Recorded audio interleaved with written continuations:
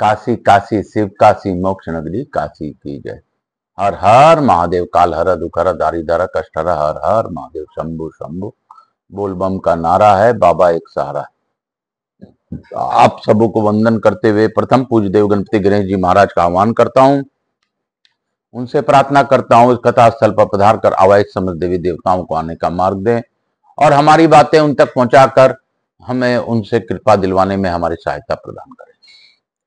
मैं आपसे यह भी प्रार्थना करता हूं, हे गणपति आप गजानन हैं, आप गजमुख हैं और आप ही सभी प्रकार के विघ्नों को हरने वाले विघ्नहर्ता हैं।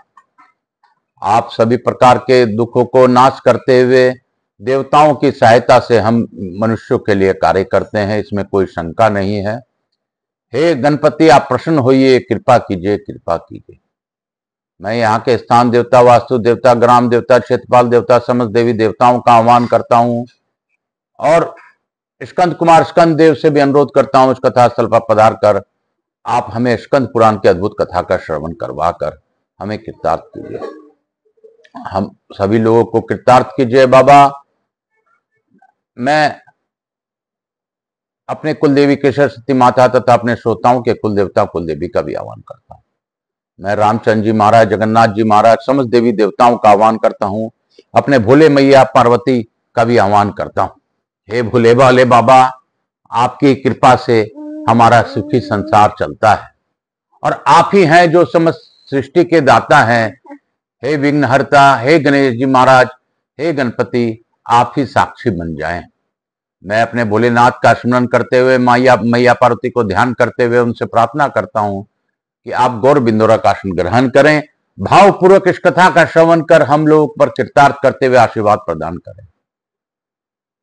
मैं आकाश रजड़िया बंसल गोतुत्पन्न हम उमा शंकर नारायण देवी कांता रजड़े पुत्र आचार्य संगीत कृष्ण जी महाराज सांवरिया बाबा मेरे गुरु को मनन करते हुए, गुरु का ध्यान करते हुए, गुरु आज्ञा लेकर आज की कथा प्रारंभ करता हूं। मैं पंडित प्रदीप जी मिश्रा को भी जितना धन्यवाद दूं उनका कम है, क्योंकि उन्होंने की प्रेरणा से मैं 18वें पुराण को पढ़ने का प्रेरणा लिया। इस भक्तिमय सागर में, भक्ति सागर में मैं बाबा के साथ हूं। हे बाबा सच में मैं आपका भक्त नहीं हूं, मैं तो बस प्रयास करता हूं कि आपके चरणों में जा सकूं। मैं जो भी ये कर पाता हूं करता हूं और आपके चरणों में ही अर्पित करता हूं। मेरे लिए सबसे पहले आप हैं, हर रूप में आपको ही नमस्कार है। मैं आपको प्रसन्नता करने के लिए नहीं कह रहा, लेकिन यह सच है कि आप हैं तो सृष्टि है। हे बाबा, हे सृष्टि के पालक, हे मेरे भोलेनाथ दया कीजिए, करुणा सागर आप दया कीजिए। मैं आप सबों से विनती करते हुए आज की कथा की ओर बढ़ने से पूर्व आपसे यही कहूंगा कि कथा के माध्यम से भगवान हमें कुछ न कुछ समझाने का प्रयास करते हैं। जिस प्रकार दवाई कड़वी होती है और दवा पीने से औषधि हमारे दुखों का, हमारे बीमारियों का नाश करता है, उसी प्रकार यह कथा हमारे मन पर बैठे सारे विचारों का नाश करता है। हरि कथा कथा अनंता है और हरि का कथा अनंत कथा है। तो स्कंद पुराण के माध्यम से हम लोग श्री हरि का ध्यान करते हुए, भोलेनाथ का ध्यान करते हुए, मनन करते हुए आज की कथा हम लोग प्रारंभ करेंगे। काशी काशी शिव काशी मोक्ष नगरी काशी की जय। काल हर दुखर दारिधर कष्टहर। हर हर महादेव। शंभु शंभु बोल बम का नारा है, बाबा एक सहारा। कल हम लोगों ने पार्वती मैया के प्रश्न से हम लोग तृतीया का फल के बारे में जानना, तृतीया की कथा किस प्रकार तृतीया की विधि की जाती है, आज हम लोग जानेंगे। बोलो काशी काशी शिव काशी मोक्ष नगरी काशी की जय। रानी बोली, पृथ्वीनाथ पूर्व काल में पुत्र की इच्छा रखने वाले कुबेर पत्नी श्रीमुखी के आगे ब्रह्मपुत्र नारद जी ने इस व्रत का पालन वर्णन किया था। देवी श्रीमुखी ने इस व्रत का पालन किया और उन्हें नल कुबर नामक पुत्र की प्राप्ति हुई। मार्गशीर्ष मास में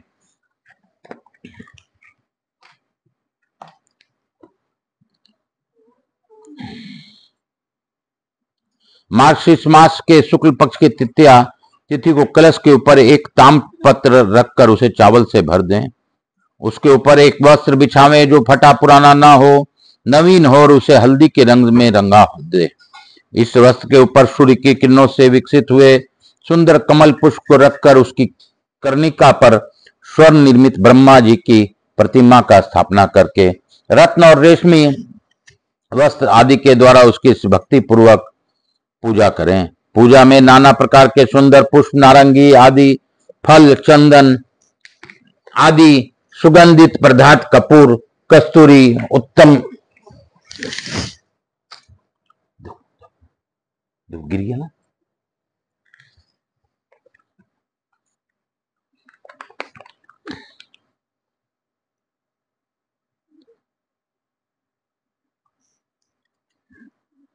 कपूर, कस्तूरी, उत्तम अन्न आदि के नैवेद्य, उन अनेक प्रकार के नक पकवान तथा अगर आदि धूप, इन सब वस्तुओं का यथावत उपयोग करना चाहिए। फूलों से सजाए हुए सुंदर मंडप में बैठकर निद्रा रहित हो उत्तम उत्सव मनाते हुए रात्रि को जागरण करें। मंत्र बेता द्विज एक हाथ में कुंड में अग्नि की स्थापना करके जात वेद से इत्यादि ऋचा द्वारा घृत और मधु आदि में डूबे हुए स्वतः विकसित एक सहस्त्र कमल पुष्पों की आहुति दे। तत्पश्चात नई ब्याई हुई सीधी सादी सुलक्षणा कपिला गायाचारी को दान करे। पति पत्नी नूतन वस्त्र और आभूषणों से विभूषित हो भक्ति पूर्वक उपवास करके दूसरी दिन चतुर्थी को प्रातः काल स्नान के अनंतर आचार्य की आदर पूर्वक पूजा करें। उन्हें प्रसन्नता पूर्वक वस्त्र, आभूषण, माला एवं दक्षिणा दे। फिर निम्नांकित मंत्र का उच्चारण करके सब सामग्रियों सहित स्वर्ण प्रतिमाचार्य को निवेदन करें। नमो विश्वविद्यानज्ञे विद्ये विविध कारणी सूतम वंश करम देहि तुष्टामुमाद द्रवता शुभात। संपूर्ण विश्व के विधान को जानने तथा नाना प्रकार के सृष्टि करने वाले देवी प्रामणी, आपको नमस्कार है। इस शुभ व्रत के अनुष्ठान से प्रसन्न होकर आप मुझे वंश चलाने वाला पुत्र दीजिए। तदंतर भक्ति पूर्वक भोजन, ब्राह्मण भोजन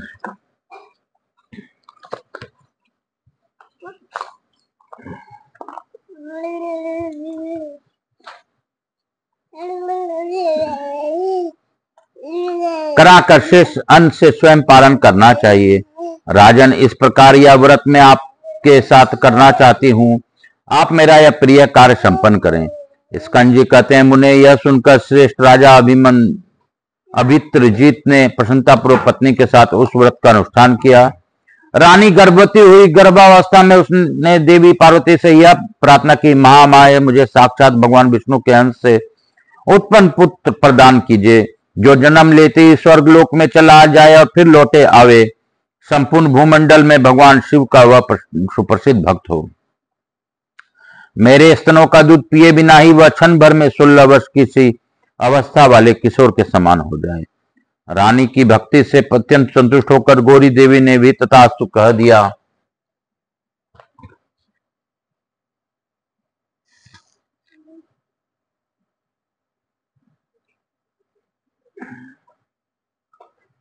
तत्पश्चात समय आने पर रानी ने मूल नक्षत्र में एक पुत्र को जन्म दिया। उस समय हितैषी मंत्रियों ने प्रसूति गृह में स्थित हुई रानी से निवेदन किया, देवी, आपका यह पुत्र दुष्ट नक्षत्र में उत्पन्न हुआ है। यदि आप राजा के जीवन की रक्षा चाहती हैं तो इस पुत्र को त्याग दें।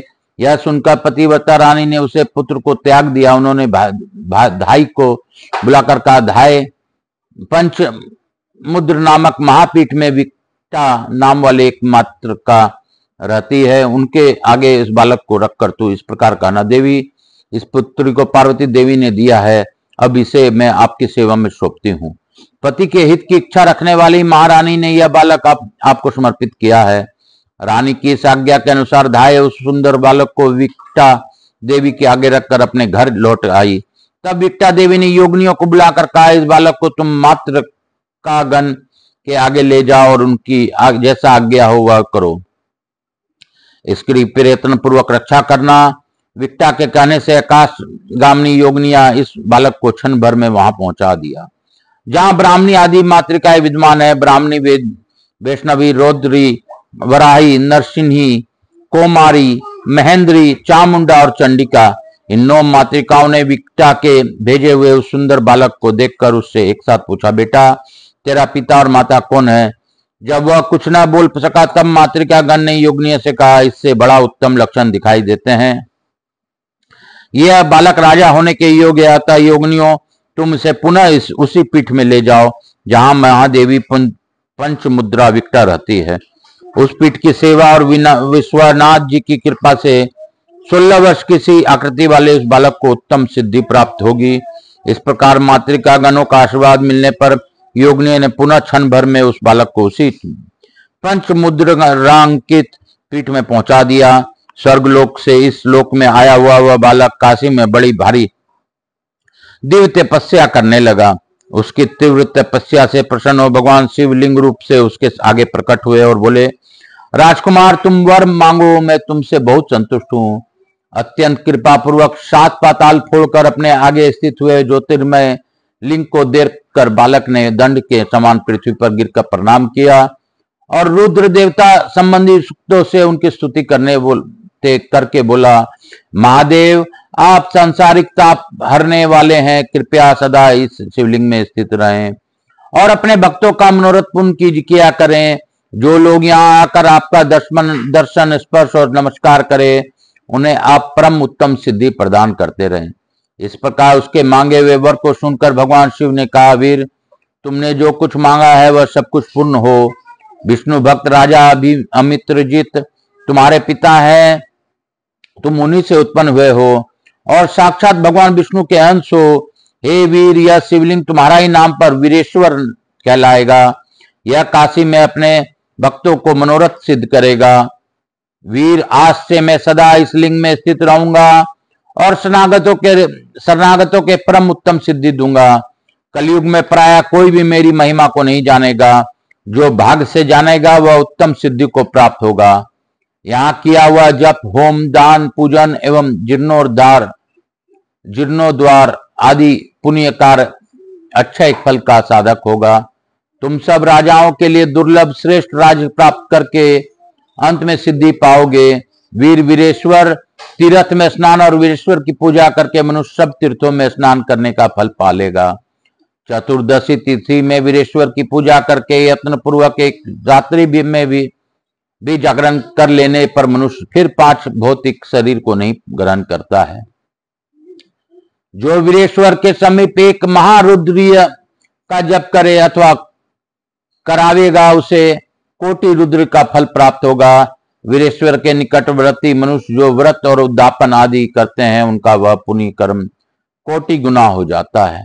जिसने भगवान वीरेश्वर के सम्मुख 8 बार नमस्कार कर लिए, उसे 8 करोड़ नमस्कार का फल मिलता है। वीर, यह वीरेश्वर लिंग मेरे वरदान से सब प्रकार के संपत्तियों का स्थान होगा। वीरेश्वर लिंग की सेवा करने वाले पुरुषों को मेरी आज्ञा से जीते जी ही तारक ज्ञान की अप्राप्ति हो जाएगी। इसलिए शुभ की इच्छा रखने वाले पुरुषों को इस वीरेश्वर लिंग का सेवन अवश्य करना चाहिए। बोलो काशी काशी शिव काशी, मोक्ष नगरी काशी की जय। मोक्ष नगरी काशी की जय। मोक्ष नगरी काशी की जय। काल हर दुख हर दारिधर कष्ट हर हर महादेव शंभु शंभु। बोल बम का नारा है, बाबा एक सहारा है। बोलो बम, बोलो बम, बोलो बम। मैं आप सबको वंदन करते हुए और बाबा भोलेनाथ को धन्यवाद देते हुए वीरेश्वर लिंग के बारे में हम लोगों ने गुप्त बातें जानी। वीरेश्वर लिंग कलयुग में छिपा हुआ ज्ञान है और छिपा हुआ शास्त्र है और छिपा हुआ लिंग है। इन वीरेश्वर को मैं नमस्कार करता हूं ताकि सभी भक्तों का कल्याण हो। बाबा विश्वनाथ सभी को धन संपत्ति और सभी के कष्टों का निवारण करें। हे वीरेश्वर भगवान, आप सभी प्रकार के कष्टों के निवारण के सहायक हैं। काल हर दुख हर दारिधर कष्ट हर हर महादेव शंभु शंभु। बोल बम का नारा है, बाबा एक सहारा है। बोलो बम, बोलो बम, बोलो बम, बोलो बम, बोल बम, बोल बम, बोल बम का नारा है, बाबा एक सहारा है।